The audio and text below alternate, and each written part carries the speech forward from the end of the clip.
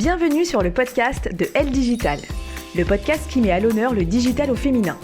Au programme, des témoignages pour permettre à chacune de trouver sa voie, de donner envie d'aller vers les métiers du numérique et inciter les entreprises à toujours plus de mixité.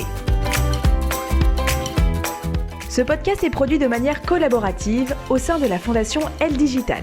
Son objectif ? Favoriser l'inclusion des femmes dans les métiers du digital pour une société plus performante et paritaire. Cette cause vous intéresse ? Vous souhaitez nous rejoindre ?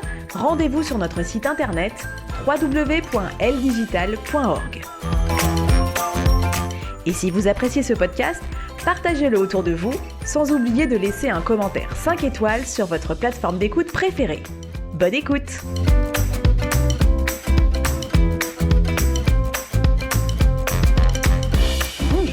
Je m'appelle Laurence et je suis ravie de pouvoir participer à ce podcast aujourd'hui. J'ai 55 ans, je suis mariée, j'ai 2 filles. Je pense que j'y reviendrai dans cette interview. Et en fait, ça fait plus de 30 ans que je travaille dans des grandes entreprises industrielles internationales, en ayant commencé dans le monde informatique. Donc, une carrière assez orientée avec des hommes depuis les études. Alors, très souvent, ce que l'on me redonne, c'est que j'ai un niveau d'énergie extraordinaire, positif, que j'embarque énormément de monde et que je suis toujours en avance. Et c'est quelque chose qui me convient effectivement beaucoup. Alors, si je refais un petit peu un retour arrière du pourquoi j'ai fait des études informatiques, pourquoi je suis ensuite rentrée dans des secteurs informatiques industriels, je dirais que les origines au niveau scolaire, c'est plus quand tu es scientifique et que ça se passe bien globalement, hop, on t'oriente sur un bac. Alors maintenant, ça change, mais voilà, scientifique. À l'époque, l'informatique était vraiment tout neuf, tout frais, donc pourquoi pas. Donc, c'était plus de la curiosité en ce qui me concerne. Et je dirais, après, dans le flux logique, c'est vrai que j'ai démarré en société de services informatiques parce que c'était au feeling. J'avoue que j'ai beaucoup travaillé au feeling. Et ensuite, par hasard, donc dans ce monde du service, j'ai découvert l'industrie puisque je travaillais plutôt dans le monde bancaire informatique. Et j'ai trouvé ça génial. J'ai adoré me rendre compte, ça va peut-être paraître bizarre, mais de voir que des flux logiques informatiques se réconcilier avec des flux physiques de façon à ce que sur un camion, on charge bien ce qu'il fallait. Et ça, j'ai trouvé ça très intéressant par rapport à du bancaire virtuel. Et là, je me suis dit, très chouette, j'ai envie de continuer ma carrière dans l'industrie. Donc, c'était amusant quand je faisais de l'informatique dans des banques. En fait, moi, dans le service informatique, c'était que des hommes. Par contre, en face de nous, on avait beaucoup de femmes. Donc, c'était assez intéressant. Et je dirais qu'après, maintenant, si je prends dans mon industrie actuelle, finalement, on est à une vingtaine, même pas 19% de femmes. Et quand on revient, moi, mes études informatiques, c'était effectivement, je ne sais plus à l'époque les quotas, mais on devait être plutôt 10% de filles. Mais il y a encore beaucoup de travail sur la mixité, justement, dans ces différents types de secteurs. Pour les écoles, c'est un peu pareil. Après, je me rappelle avoir une fois participé à une discussion avec un des responsables de l'INSA qui disait les quotas c'est bien, mais de toute façon, si les jeunes filles ne veulent pas venir dans nos écoles, voilà. Et je pense qu'il faut aussi accepter cela, c'est-à-dire que moi je suis pour la mixité, la diversité de genre, mais pas forcément pile poil du 50-50, parce qu'il faut aussi laisser les gens avancer en fonction d'eux, quoi. Je peux commencer par une première anecdote, effectivement, dans un milieu extrêmement masculin. C'était mon premier emploi dans une grosse entreprise française où j'ai rejoint le service informatique. Donc, je terminais mes études, donc j'avais 23 ans et quelques. Et je suis arrivée au service informatique où, à part l'assistante, il n'y avait que moi. Et en fait, la première semaine, le DSI, le patron informatique, m'a dit « Tiens, Laurence, tu iras tout à l'heure acheter du café, là, il y a une épicerie à côté parce qu'on n'en a plus. » Et je lui dis non. Il m'a dit si. Et je dis non. Et en fait, pour moi, c'était évident que je n'allais pas aller acheter le café.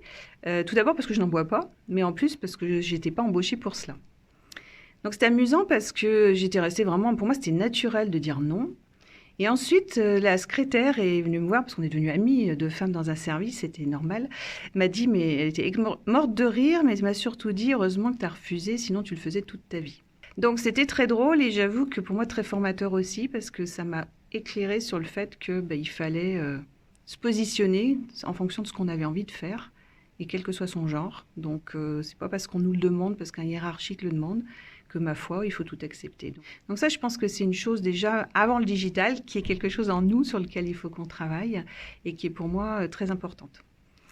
Et si je continue un petit peu, j'ai eu la chance de travailler dans un grand groupe international d'origine américaine, où la diversité, c'est quelque chose de très important. Et c'est là où j'ai découvert les réseaux de femmes.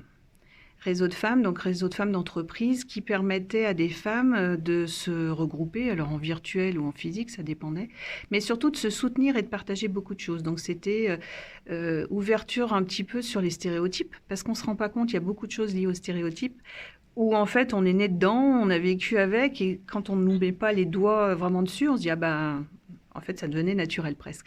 Donc j'ai trouvé ça très très important de travailler là-dessus. Et surtout, après, ce qu'on a beaucoup développé, c'est du mentoring. Donc du mentoring, c'est-à-dire comment des femmes qui ont plus d'expérience, qui ont plus d'ancienneté éventuellement dans l'entreprise, peuvent aider des nouvelles personnes, mais ce n'est pas forcément qu'une question d'âge, c'est aussi une question de métier à travailler sur différentes problématiques. Donc on a beaucoup travaillé dans ce domaine-là, et c'est quelque chose qui pour moi m'a beaucoup plu et que j'ai essayé d'embarquer dans mes autres expériences et autres entreprises ensuite. Pour moi, c'est très important donc d'être connecté, de ne pas être seul, de partager, parce qu'on peut avoir des problématiques qu'on rencontre à côté, et ça, c'est très fort. Pour moi, le digital apporte énormément. De toute façon, c'est comme tout, hein, dès qu'on a de l'informatique, des automatismes, des choses, dans la mesure où c'est quelque chose qui va permettre d'être beaucoup plus connecté.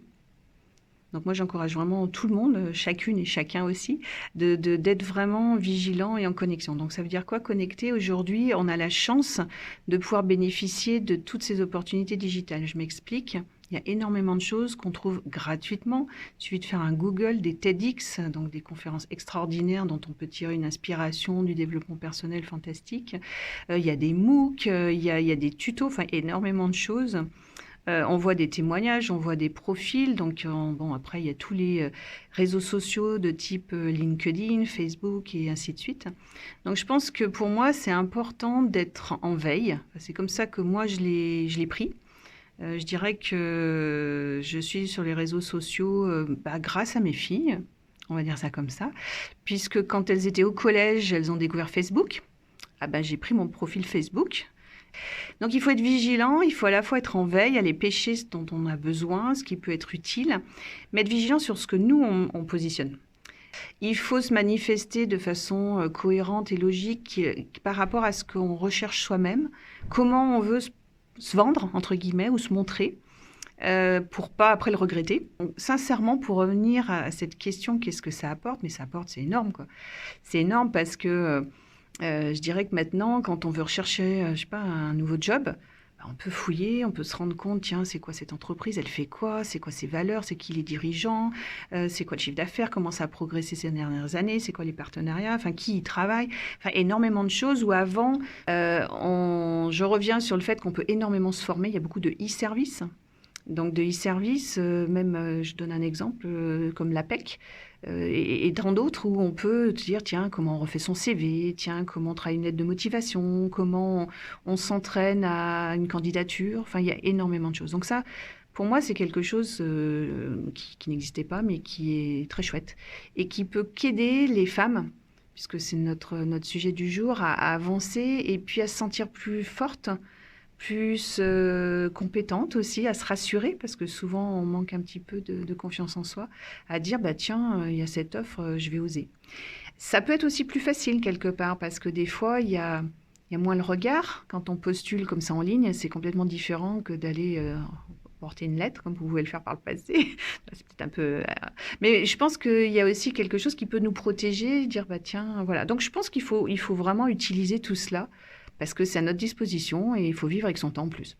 Le digital, ça apporte plusieurs choses. D'abord, ça doit aider et ça va aider à ouvrir des horizons. Ouvrir des horizons, donc de moins cantonner. Certains métiers sont pour les hommes, certains métiers sont pour les femmes, parce que du coup, on en parle plus librement. Parce que ça embrasse quelque chose d'un peu plus moderne. Quand on voit digital, on pense à son smartphone, sa tablette. On pense justement tout de suite, je pense à Facebook, LinkedIn, et moi à l'informatique et la programmation, qui était plutôt ce que j'avais à mon époque, donc qui était peut-être moins sexy, pour ça qu'il y avait peut-être moins de filles. Donc oui, je pense que le digital est plus attractif aussi et donne une image plus moderne. Moi, je pense que c'est quand même aussi quelque chose qui tend à aller vers les films futuristes, en dire mais comment on va transformer notre monde de demain. Donc c'est aussi une opportunité fantastique pour participer à cette transformation, parce que le monde change, et le monde change et s'accélère grâce au digital. Et pour moi, c'est extraordinaire. Donc, il ne faut surtout pas rater cette locomotive, parce qu'elle va très, très vite, et il ne faut pas rester au bord du train, quoi. Alors, je voudrais revenir, donc je vous ai dit que j'avais 2 filles, donc 26 et 24 ans très fraîchement.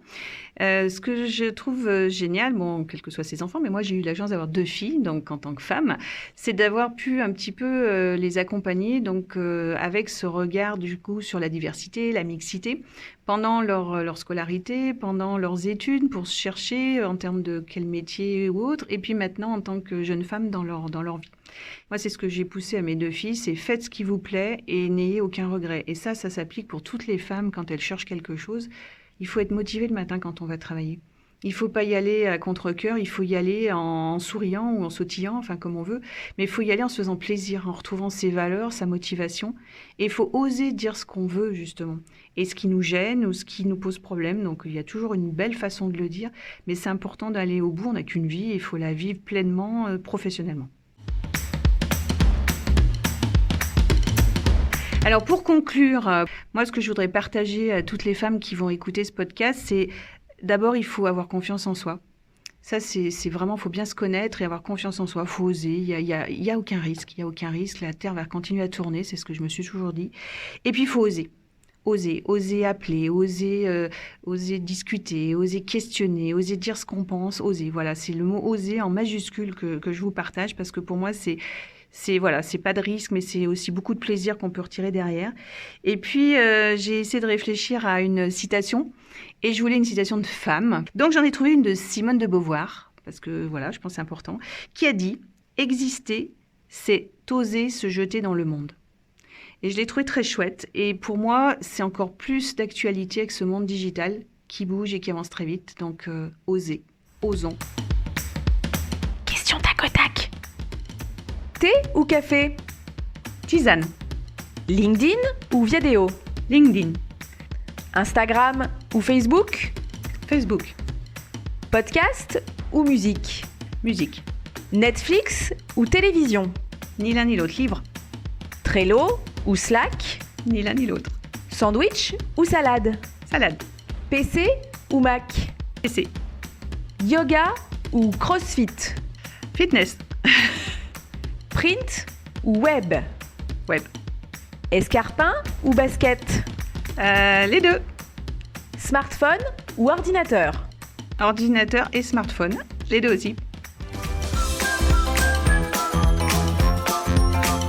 Pour plus d'infos sur ce podcast, www.eldigital.org. Merci pour votre écoute. Rendez-vous le mois prochain pour un nouveau témoignage.